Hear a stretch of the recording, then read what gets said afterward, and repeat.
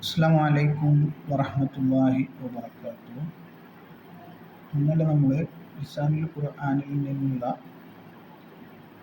5ഓളം പാഠങ്ങൾ നമ്മൾ ഇന്നലെ റിവിഷൻ നടത്തിയിട്ടുണ്ടായിരുന്നു. 6ാമത്തെ പാഠമാണ് ഇന്ന് നമ്മൾക്ക് റിവിഷൻ ചെയ്യാനുള്ളത്. അപ്പോൾ 6ാമത്തെ പാഠം എന്ന് പറഞ്ഞാൽ റഅയ്തുൽ ഉസ്താദ എന്നുള്ള പാഠമാണ്. പാഠത്തിൻ്റെ ഹെഡിങ് ഉസ്താദിനെ ഞാൻ കണ്ടു എന്നുള്ള പാഠം. ഇതിലൂടെ വിശദീകരിക്കുന്നത് തൗക്കീദ് എന്നുള്ള ഒരു കാറ്റഗറിയെയാണ് ഇതിലൂടെ പരിചയപ്പെടുത്തുന്നത്. അങ്ങനെ പറഞ്ഞാൽ ഉദാഹരണം നമ്മൾ പറയുകയാണെങ്കിൽ ഉസ്താദ് വന്നു എന്ന് നമ്മൾ പറയും. അപ്പോൾ ഉസ്താദ് തന്നെയാണ് വന്നത് എന്ന് സൂചിപ്പിക്കാൻ വേണ്ടിയിട്ടാണ് ഉപയോഗിക്കുന്ന പദത്തിനെയാണ് തൗക്കീദ് എന്ന് പറയുന്നത്. അപ്പോൾ വന്നത് ഉസ്താദ് തന്നെയാണ് എന്ന് പറയാം. അപ്പം ഈ രൂപത്തിലാണ് തൗക്കീദുകൾ വരിക. അപ്പോൾ 2 രൂപത്തിലാണ് തൗക്കീദുകൾ ഓഹരിയാവുന്നത്. ഒന്നാമത്തേത് തൗക്കീദുൻ ലഫ്ളി ഉണ്ടാവും, മറ്റൊന്ന് തൗക്കീദുൻ മാനവി ഉണ്ടാവും. തൗക്കീദ് ലഫ്ളി എന്ന് പറഞ്ഞാൽ ഒരു പദം തന്നെ വീണ്ടും ആവർത്തിച്ച് വരിക. ഉദാഹരണം പറയുകയാണെങ്കിൽ അപ്പോൾ അതിൽ ഒന്നാമത്തേത് തൗക്കീദ് ലഫ്ലിയാണ്. ലഫ്ലി എന്ന് പറഞ്ഞാൽ ഒരു പദം വീണ്ടും ആവർത്തിച്ച് വരിക. അപ്പോൾ ആദ്യം മനസ്സിലാക്കുക, തൗക്കീദുകൾ 2 ഇനങ്ങളാണുള്ളത്. ഒന്ന് ലഫ്ലിയാണ്, മറ്റൊന്ന് മാനവിയാണ്. ലഫ്ലി എന്ന് പറഞ്ഞാൽ ലഫ്ലുകൾ വീണ്ടും റിപ്പീറ്റ് ചെയ്തു വരുന്നതിന് ലഫ്ലി എന്ന് പറയും. രണ്ടാമത്തെ ഇനമാണ് മാനവി എന്ന് പറഞ്ഞാൽ. മാനവി എന്ന് പറഞ്ഞാൽ അത് നമ്മൾ പറയുന്ന പദത്തിൻ്റെ കൂടെ ചില പദങ്ങൾ കൂടെ ചേർത്ത് കൊടുക്കുന്നതിനാണ് മാനവി എന്ന് പറയാം. നമ്മൾക്ക് ഒന്നാമതായിട്ട് ലഫ്ലിൻ്റെ ഉദാഹരണം എടുക്കാം. ലഫ്ലിൻ്റെ ഉദാഹരണം എടുക്കുകയാണെങ്കിൽ ഒരാളോടൊപ്പം പറയാണ് ഹാദാ കൽബുക, ഇത് നിൻ്റെ നായയാണ്. ഇഹ്ബിസ്ഹു, അതിന് നീ എന്ത് പിടിക്കുക എന്ന് പറയാം. ഇഹ്ബിസ്ഹു എന്നുള്ളതിൻ്റെ കൂടെ വീണ്ടും എന്ത് ചെയ്യുക, ആ പദം ആവർത്തിച്ച് പറയാം. ഇഹ്ബിസ്ഹു ഇഹ്ബിസ്ഹു, അല്ലേ? അല്ലെങ്കിൽ ഒരു പദം തന്നെ ആവർത്തിക്കുക. ഇവിടെ ഉദാഹരണം കൊടുത്തിട്ടുണ്ട്, സഫൻ സഫ, സഫുകളായിട്ട്. അപ്പോൾ സഫ് എന്നുള്ള പദം ഒന്നാമത് വന്നു, വീണ്ടും എന്ത് ചെയ്തു, ആ സഫ് എന്നുള്ള പദം ആവർത്തിച്ച് കൊണ്ടുവന്നു. അപ്പോൾ അങ്ങനെ ആവർത്തിച്ച് കൊണ്ടുവരുന്നതിനാണ് ലഫ്ലി ആയിട്ടുള്ള തൗക്കീദ് എന്ന് പറയും. ഒന്നാമത്തേത് അതാണ്. ഇനി രണ്ടാമത്തേത് മാനവി ആയിട്ടുള്ള തൗക്കീദ് എന്ന് പറയും. മാനവി ആയിട്ടുള്ള തൗക്കീദ് എന്ന് പറഞ്ഞാൽ നമ്മളൊരു പദം പറയുകയാണെങ്കിൽ ജാ അൽ ഉസ്താദ്, ഉസ്താദ് വന്നു. നഫ്സുഹു, നഫ്സുഹു എന്ന് പറഞ്ഞാൽ ഉസ്താദ് തന്നെയാണ് വന്നത് എന്ന അർത്ഥം കിട്ടുന്ന പദം. അപ്പം ഇതിന് വേണ്ടിയിട്ട് നമ്മൾ 7ഓളം പദങ്ങൾ ഉപയോഗിക്കും. ഒന്നാമത്തേതായിട്ട് നഫ്സുഹു എന്ന് പറയും.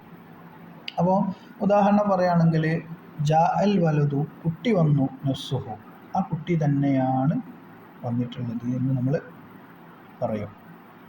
ഇനി രണ്ടാമത്തേത് ഐനുഹു, ഐന് എന്ന് പറഞ്ഞാലും അതേ അർത്ഥം തന്നെയാണ്. അഥവാ ഇങ്ങനെ പറയാം, ഗസലൽ ഉസ്താദു ഐനുഹു, ഉസ്താദ് തന്നെയാണ് കഴുകിയത്. വജ്ഹഹു, ഉസ്താദിൻ്റെ മുഖത്തിന്. അപ്പം ഗസലൽ ഉസ്താദു, ഉസ്താദ് കഴുകി. വൈനുഹു, വൈനുഹു എന്ന് പറഞ്ഞാൽ ഉസ്താദ് തന്നെ എന്നുള്ള അർത്ഥം കിട്ടുന്നത്. വജ്ഹുഹു, തൻ്റെ മുഖത്തിന്. അടുത്തത് കുല്ലുഹു എന്ന് പറഞ്ഞാലും അതാണ്. ജാ അൽ മുസ്ലിമൂന, മുസ്ലിമീങ്ങൾ വന്നു. കുല്ലുഹും, എല്ലാ മുസ്ലിമീങ്ങളും എന്ത് ചെയ്തിട്ടുണ്ട്, വന്നിട്ടുണ്ട്. എല്ലാം എന്നുള്ള അർത്ഥമാണ് കുല്ലുഹും എന്നുള്ളതിന് കിട്ടുക. മറ്റൊന്ന് കിലാഹുമ, കിലാഹുമ എന്ന് പറഞ്ഞാൽ അവ രണ്ടും, അല്ല 2 പേരെയും നിലർത്തും. അപ്പം റഅയ്തുൽ വാലിദൈനി, എൻ്റെ മാതാപിതാക്കളെ ഞാൻ കണ്ടു. കിലൈഹിമ, 2 പേരെയും ഞാൻ കണ്ടു. കിൽത്താഹുമ എന്ന് പറഞ്ഞാൽ അത് മുഅന്നസിലേക്ക് സൂചിപ്പിക്കുന്നതാണ്. അപ്പോൾ ജമീഉഹും, മറ്റൊന്നാണെന്ത് ജമീഉഹും. ജമീഉഹും എന്ന് പറഞ്ഞാൽ എല്ലാവരും. ആമ്മത്തുഹും, എന്ന് പറഞ്ഞാലും പൊതുവെ, എല്ലാവരും എന്നുള്ള അർത്ഥം, മുഴുവനും എന്നുള്ള അർത്ഥമാണ് ആമത്തുഹു എന്നുള്ളത്. അപ്പോൾ ഈ രൂപത്തിൽ ലഫ്ലി ആയിട്ടുള്ള തൗക്കീദാണെങ്കിൽ അതിൽ ഒരു പദം വീണ്ടും ആവർത്തിച്ച് വരുന്നതിന് ലഫ്ലി ആയിട്ടുള്ള തൗക്കീദ് എന്ന് പറയും. മാനവി ആയിട്ടുള്ള തൗക്കീദ് എന്ന് പറഞ്ഞാൽ ഈ മുഅക്കദ് മിൻഹു ആയ പദത്തിൻ്റെ കൂടെ ഈ മേലെ പറയപ്പെട്ട പദങ്ങളിൽപ്പെട്ട ഒന്ന് ചേർന്ന് വരുന്നതിനാണ് മാനവി ആയിട്ടുള്ള തൗക്കീദ് എന്ന് പറയുക.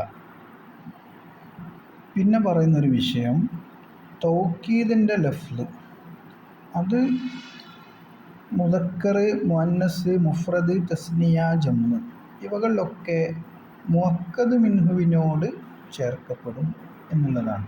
അങ്ങനെ പറഞ്ഞാൽ നമ്മൾ നേരത്തെ ഒരു ഉദാഹരണം എടുത്തു.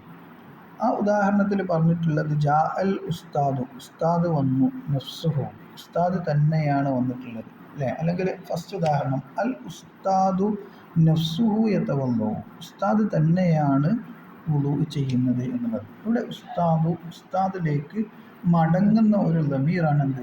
ഹു എന്നുള്ളത്. അപ്പോൾ അതിനെയാണ് നമ്മൾ ഇപ്പോൾ പറഞ്ഞ വിഷയം അതാണ്. അപ്പോൾ ഉസ്താദ് നഫ്സുഹു, ഉസ്താദ് തന്നെയാണ് വന്നിട്ടുള്ളത്.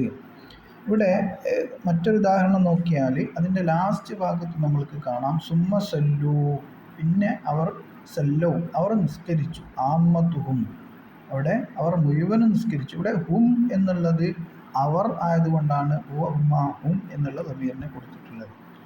അപ്പോൾ പൊതുവെ പറയുകയാണെങ്കിൽ അതിൽ വരുന്ന ലമീർ മുമ്പുള്ള മുഅക്കദ് മിൻഹുവിലേക്ക് ചേർക്കപ്പെടുന്ന അതിനേതാണോ വരുന്നത് അതിനോട് യോജിച്ച ലമീറായിരിക്കും വരിക എന്നുള്ളതാണ്. പിന്നെ വളരെ പ്രാധാന്യമുള്ള ഒരു വിഷയമാണ് തവാബീകൾ എന്ന് പറഞ്ഞാൽ.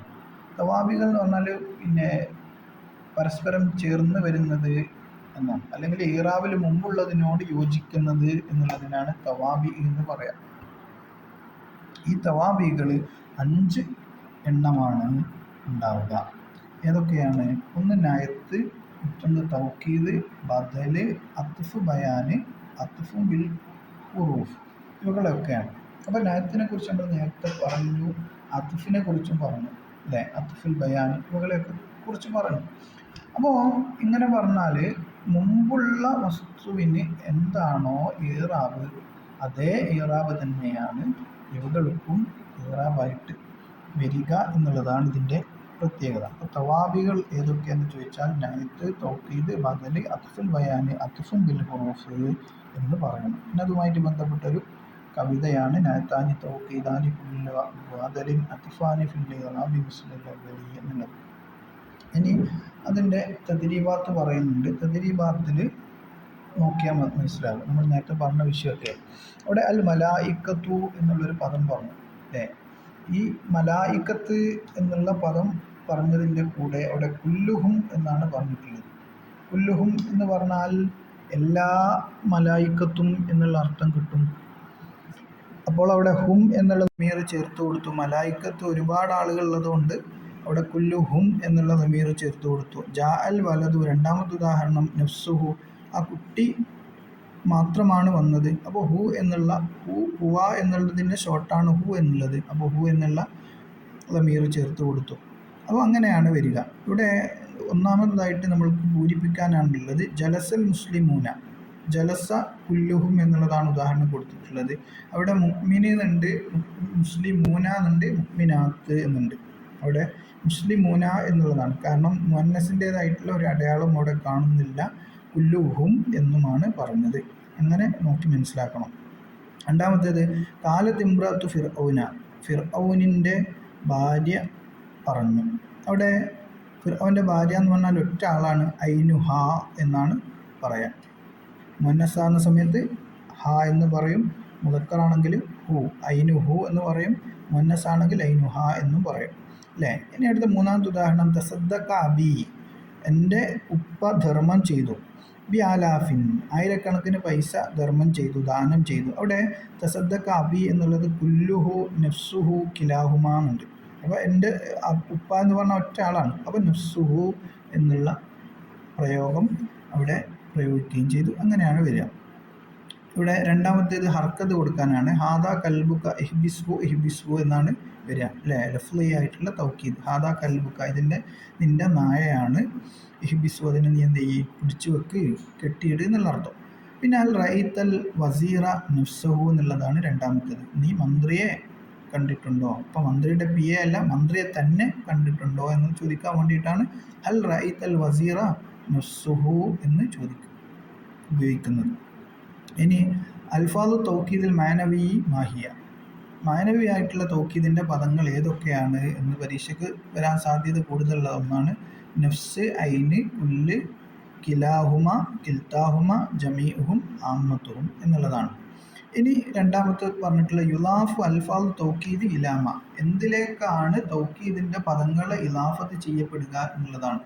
അത് നമ്മൾ നേരത്തെ പറഞ്ഞു, മുദക്കർ, മുഅന്നസ്, മുഫ്രദ്, തസ്നിയ, ജമ്മ് ഇവകളിലൊക്കെ അതിൻ്റെ മത്ബൂ ആക്കപ്പെടുന്ന അതിലുള്ള ലമീറിലേക്ക് ചേർക്കപ്പെടുന്നു. അഥവാ മുമ്പുള്ളത് ഏതാണോ അതിനോട് യോജിച്ച ലമീർ ഈ നഫ്സ് തൗക്കീദായിട്ട് വരുന്ന പദങ്ങൾക്ക് കൊടുക്കും എന്നുള്ളതാണ്. പിന്നെ തവാബികൾ ഏതൊക്കെയാന്നുള്ളതാണ്. നഅത്ത്, തൗക്കീദ്, ബദല്, അത്ഫുൽ ബയാന്, അത്ഫും ബിൽ ഹുറൂഫി എന്നിവയാണ്. പിന്നെ കവിത പൂരിപ്പിക്കാൻ കവിത എന്തായാലും എന്ത് ചെയ്യണം, കാണാതെ പഠിക്കണം.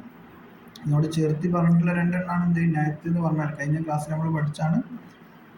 നഅത്ത് എന്ന് പറഞ്ഞാൽ മത്ബൂഇനോട് ചേർന്ന് വരുന്ന അല്ലേ അർത്ഥത്തിൻ്റെ മേൽ അറിയിക്കുന്നതിനാണ് നഅത്ത് എന്ന് പറയാം. റഅയ്തു റജുലൻ, ഒരാളെ ഞാൻ കണ്ടു. കരീമൻ, ആ ആള് വളരെ മാന്യനായിട്ടുള്ള ആളാണ് എന്നുള്ള അർത്ഥം. അപ്പം മാന്യത എന്നുള്ള ഇതെന്താണ്, അത് നഅത്താണ് എന്ന്. വേറൊരു നഅത്ത് അത് ഒന്നിനോട് ചേർന്ന് വരുന്നതിൻ്റെ വിശേഷണം പറയുന്ന നഅത്തുണ്ടാവും എന്നുള്ളതാണ്. റഅയ്തു റജുലൻ കരീമൻ അബൂഹു, ഒരാളെ ഞാൻ കണ്ടു അയാളുടെ ഉപ്പ വളരെ മാന്യനാണ് എന്നും നഅത്തിൻ്റെ ഒരു ഇനമായിട്ട് പറയാറുണ്ട്. ഇത്രത്തോളം കാര്യങ്ങളാണ് ഈ ഒരു പാഠത്തിലൂടെ വിശദീകരിക്കുന്നത്. ഇനി ലിസാൻ ഖുർആനിലെ 7ാമത്തെ പാഠം എന്ന് പറഞ്ഞാൽ അത് ബദല് എന്നുള്ള പാഠമാണ്. ബദല് എന്ന് പറഞ്ഞാൽ ഒരു വസ്തുവിനെ കുറിച്ച് നമ്മൾ പറയും, അതോടുകൂടെ അതിൻ്റെ മറ്റൊരു പേരും കൂടെ പറഞ്ഞിട്ട് അത് തന്നെയാണ് എന്നുള്ളത് സമർത്ഥിക്കും. ഉദാഹരണം ഇപ്പോൾ പറയുകയാണെങ്കിൽ ഇവിടെ ജാഅനി മുഹമ്മദുൻ, മുഹമ്മദ് എൻ്റെ അടുക്കൽ വന്നു. ഈ മുഹമ്മദിന് അബു അബ്ദുള്ള എന്നുള്ള പേരുണ്ട്. അപ്പം മുഹമ്മദിൻ്റെ മറ്റൊരു പേരും കൂടെ നമ്മൾ ഉപയോഗിച്ചിട്ട് അത് ആ ആൾ തന്നെയാണ് എന്നുള്ളത് പറയാൻ വേണ്ടിയിട്ടാണ് ബദൽ എന്ന് പറയാം. ഈ ബദൽ വ്യത്യസ്തമായിട്ടുള്ള രൂപങ്ങളിൽ വരും. ബദൽ കുല്ല് അവ മുഴുവനും ബദലായിട്ട് വരും. ബദലുൽ ബഅദ് അങ്ങനെയും വരും. അപ്പോൾ ബദൽ കുല്ല് എന്ന് പറഞ്ഞാൽ മുഴുവനായിട്ടും ബദലായിട്ട് വരും. ബദൽ ബഅദ് എന്ന് പറഞ്ഞാലോ അല്പം ബദലായിട്ട് വരുന്നതിനാണ് ബദൽ ബഅദ് എന്ന് പറയാം. അപ്പോൾ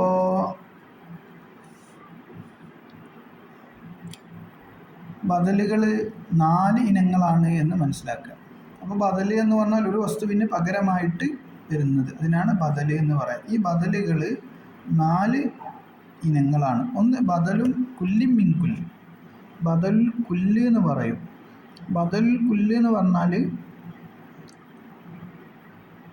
മുഴുവനായിട്ട് വരിക. ജാഅനി മുഹമ്മദുൻ, എൻ്റെ അടുക്കലേക്ക് മുഹമ്മദ് വന്നു. ആ മുഹമ്മദ് എന്ന് പറഞ്ഞാൽ ആരാണ്? അബു അബ്ദുള്ള എന്നുള്ള ആളാകുന്നു. അപ്പോൾ മുഹമ്മദിൻ്റെ മറ്റൊരു പേരാണ് അബു അബ്ദുള്ള. അപ്പോൾ മുഹമ്മദാണ് വന്നിട്ടുള്ളത്. അപ്പോൾ എല്ലാത്തിനെയും ഉൾക്കൊള്ളിച്ചുകൊണ്ടുള്ള പദമായതുകൊണ്ട് തന്നെ പിന്നെ അബു അബ്ദുള്ള എന്ന് പറഞ്ഞു. രണ്ടാമത്തേത് ഉദാഹരണം ബദലു ബഅദ് മിൻ കുല്ല് എന്നുള്ളതാണ് രണ്ടാമത്തേത്. ബദലു ബഅദ് മിൻ കുല്ല് എന്ന് പറഞ്ഞാൽ കുല്ലിൽ നിന്നുള്ള മുഴുവനിൽ നിന്നുള്ള അല്പം എടുക്കുക എന്ന് പറയും. അപ്പോൾ ഉദാഹരണം പറയുകയാണെങ്കിൽ അക്കല റദീഫ, പത്തിരി തിന്നു. സുലുസഹു, എത്രയാണ് കഴിച്ചത്? പത്തിരിയുടെ 1/3, മൂന്നിൽ ഒരു ഭാഗമാണ് എന്ത് ചെയ്തത്? കഴിച്ചത്. അപ്പോൾ ബദൽ ബഅദ് എന്ന് പറഞ്ഞാൽ അല്പം എന്നാണ്. അപ്പോൾ ഒന്നാമത്തേത് ബദൽ കുല്ല്, രണ്ടാമത്തേത് എന്താണ്? ബദൽ ബഅദ് എന്ന് പറയും. രണ്ടാമത്തെ ഉദാഹരണം അതാണ്. ഇനി മൂന്നാമത്തേതാണ് എന്ത്? ബദൽ ഇസ്തിമാൽ, ഒരു വസ്തുവിൽ ഉൾക്കൊണ്ടിട്ടുള്ള ഒരു കാര്യം അല്ലേ. അപ്പോൾ ഉദാഹരണം ഇവിടെ കൊടുത്തിട്ടുള്ളതാണ് അയജബനി മുഹമ്മദിൻ, മുഹമ്മദ് എന്നെ അത്ഭുതപ്പെടുത്തി. അക്ലുഹു, മുഹമ്മദിൽ ഉള്ള അവൻ്റെ തീറ്റി അല്ലേ, അപ്പം തീറ്റ എന്ന് പറഞ്ഞാൽ അവനിൽ പല സമയത്ത് ഉണ്ടായിത്തീരുന്ന ഒരു കാര്യമാണ്, അവൻ്റെ ഉള്ളിൽ ഉൾക്കൊണ്ടിട്ടുള്ള ഒരു കാര്യമാണ് അല്ലേ. നന്നായിട്ട് ഭക്ഷിക്കാൻ കഴിയുക എന്നുള്ളത് മുഹമ്മദിൻ്റെ ഒരു പ്രത്യേകതയാണ്. അപ്പം ആ ഉദാഹരണത്തിനാണ് ബദൽ ഇഷ്തിമാല് എന്ന് പറയാം. അപ്പോൾ അയജബനി മുഹമ്മദ് എന്നെ അത്ഭുതപ്പെടുത്തി, അക്ലുഹു മുഹമ്മദിൻ്റെ തീറ്റയാണ് എന്നെ അത്ഭുതപ്പെടുത്തിയത്. അതേ സ്ഥാനത്ത് നമുക്ക് മറ്റു പല ഉദാഹരണം പറയാം. മുഹമ്മദിൻ്റെ ചിരി എന്നെ അത്ഭുതപ്പെടുത്തി അല്ലേ, മുഹമ്മദിൻ്റെ കരച്ചിൽ എന്നെ അത്ഭുതപ്പെടുത്തി എന്നൊക്കെ പറയാം. ഇപ്പം അവനിൽ ഉണ്ടായിത്തീരുന്ന പുതുതായിട്ടുണ്ടാകുന്ന ഒരു സ്വഭാവമാണ്, അവൻ്റെ ഉള്ളിലുള്ള വ്യത്യസ്തമായിട്ടുള്ള സമയങ്ങളിൽ പുതുതായിട്ടുണ്ടാകുന്ന ഒരു സ്വഭാവത്തിനാണ് പിന്നെ ഇങ്ങനെ ബദൽ ഇഷ്തിമാല് എന്ന് പറയാം, അവ അവന് ഉൾക്കൊണ്ടിട്ടുള്ള ഒരു കാര്യം എന്നുള്ളത്. അപ്പം മൂന്നാമത്തെ ഇനതാണ്. ഇനി നാലാമത്തതാണ് ബദലുൽ മുബായിനിൽ മുബദലു മിൻഹു. മുബദലു മിൻഹുവിനോട് ഓപ്പോസിറ്റ് ആയിട്ടുള്ള ഒന്ന്, എതിരായ ബദൽ. ഉദാഹരണം ഇപ്പോൾ പറയുകയാണെങ്കിൽ ആയത്താനി ദിർഹമൻ, എനിക്കൊരു ദിർഹം തന്നു എന്ന് പറയും. ബൽ അല്ല ദീനാറൻ, ദീനാറാണ് തന്നതെന്ന് പറയും. അപ്പം ചില സമയത്ത് നമ്മൾ അങ്ങനെയൊക്കെ പറഞ്ഞു പോകും അല്ലേ, എനിക്ക് വേണ്ടി പിന്നെ 10 ഉറുപ്പ്യാണ് തന്നത്, അല്ല 20 ഉറുപ്പ്യാണ് തന്നത് എന്ന് പറയും. അതിനാണ് എന്തെന്ന് പറയാം, ഈ ബദലിൽ മുബായിനിൽ മുബദൽ മിൻഹു എന്ന് പറയാം. മുബായിൻ എന്ന് പറഞ്ഞാൽ ഓപ്പോസിറ്റ് എന്നാണ്. അപ്പം ബദലിൽ മുബായിനിൽ മുബദൽ മിൻഹു എന്ന് പഠിച്ചിരിക്കുക. അപ്പം ഇങ്ങനെയാണ് വരിക. 1 ബദൽ കുല്ല്, 2 ബദൽ ബാദ്, 3 ബദൽ ഇഷ്തിമാല്, 4 ബദലുൽ മുബായിന്. ഇങ്ങനെ പഠിച്ചു. ഇത് 4ഉമാണ് ബദലുകൾ എന്ന്. കുല്ല് എന്ന് പറഞ്ഞാൽ മുഴുവൻ, ബാദ് എന്ന് പറഞ്ഞാൽ അല്പം, ബദൽ ഇഷ്തിമാല് എന്ന് പറഞ്ഞാൽ അവരിൽ ഉൾക്കൊണ്ടിട്ടുള്ള ഒരു കാര്യം, ബദലുൽ മുബായി എന്ന് പറഞ്ഞാൽ അതിൻ്റെ നേരെ വിപരീതമായിട്ട് വരുന്നത്. അവ ഇവിടെ ദിർഹമിൻ്റെ ഓപ്പോസിറ്റ് ആയിട്ട് വരുന്നതാണ് എന്ത്, ദീനാറ് എന്ന് പറയും. അപ്പോൾ ഇത്രയും കാര്യങ്ങളാണ് ബദലുമായിട്ട് ബന്ധപ്പെട്ട് വരുന്നത്. അബ്ദാലുന മുതാബിക്കുന്ന മുസ്തമൽ ഔബായനവല്ലൗല ബിബൽ എന്നുള്ള കവിത കൂടെ ഇതിനോട് ചേർത്ത് പറയുന്നുണ്ട്. ഇവിടെ ഇന്നൽ മുത്തഖീന മഫാസൻ ഹദായിക വലില്ലാഹി അലന്നാസി ഹിജ്ജുൽ ബൈത്തി മൻ ഇസ്തതാഅ ഇലൈഹി സബീല ഖുദില അസ്ഹാബുൽ ഹുദൂദ് അന്നാർ അയത്തി ദാലികൽ ഫഖീറ ഖമീസൻ ഇസാറൻ. ഇവിടെ ഇത് വായിച്ച് മനസ്സിലാക്കാനുള്ളതാണ്. അഥവാ ഒന്നാമത്തത് മുത്തഖീങ്ങളായിട്ടുള്ള ആളുകൾക്ക് എന്തുണ്ട്, അവർക്ക് സുഖ സൗകര്യങ്ങളോട് കൂടെയുള്ള പൂന്തോട്ടങ്ങൾ അടക്കുന്ന സ്വർഗ്ഗമുണ്ട്. രണ്ടാമത്തേത് ആളുകൾക്ക് കഅബത്തിൽ ചെന്ന് ഹജ്ജ് ചെയ്യുക എന്നുള്ളത് നിർബന്ധമാണ് എന്നുള്ളതാണ്.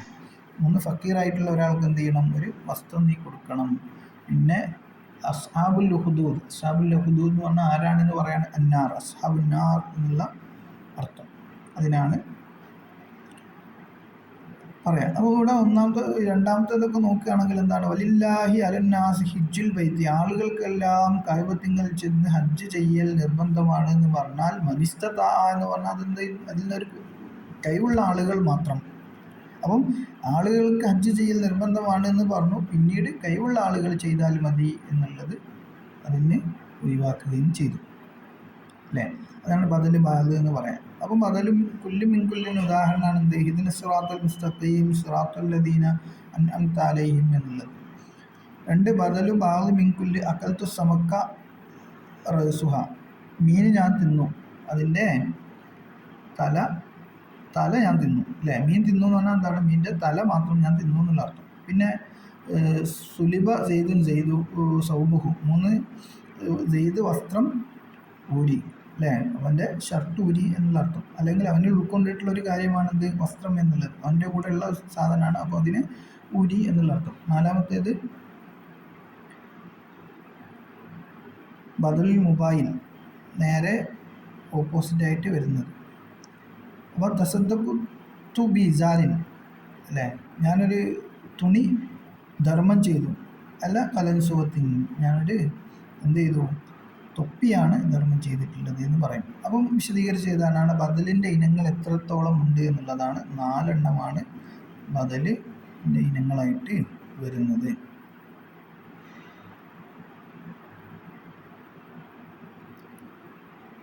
ഈ കാര്യങ്ങളൊക്കെയാണ് 2 പാഠത്തിലൂടെ നമ്മൾക്ക് മനസ്സിലാക്കാനുള്ളത്. ഇവകളൊക്കെ കൃത്യമായിട്ട് മനസ്സിലാക്കി വെക്കുന്ന സമയത്ത് പരീക്ഷ വളരെ എളുപ്പമായി മാറുന്നതാണ്. ആ കാര്യങ്ങൾ ശ്രദ്ധിക്കാം. ഇൻഷാ അല്ലാഹ് ബാക്കി പാഠങ്ങളും ഇതേ രൂപത്തിൽ നിങ്ങളിലേക്ക് ഷെയർ ചെയ്ത് തരുന്നതായിരിക്കും.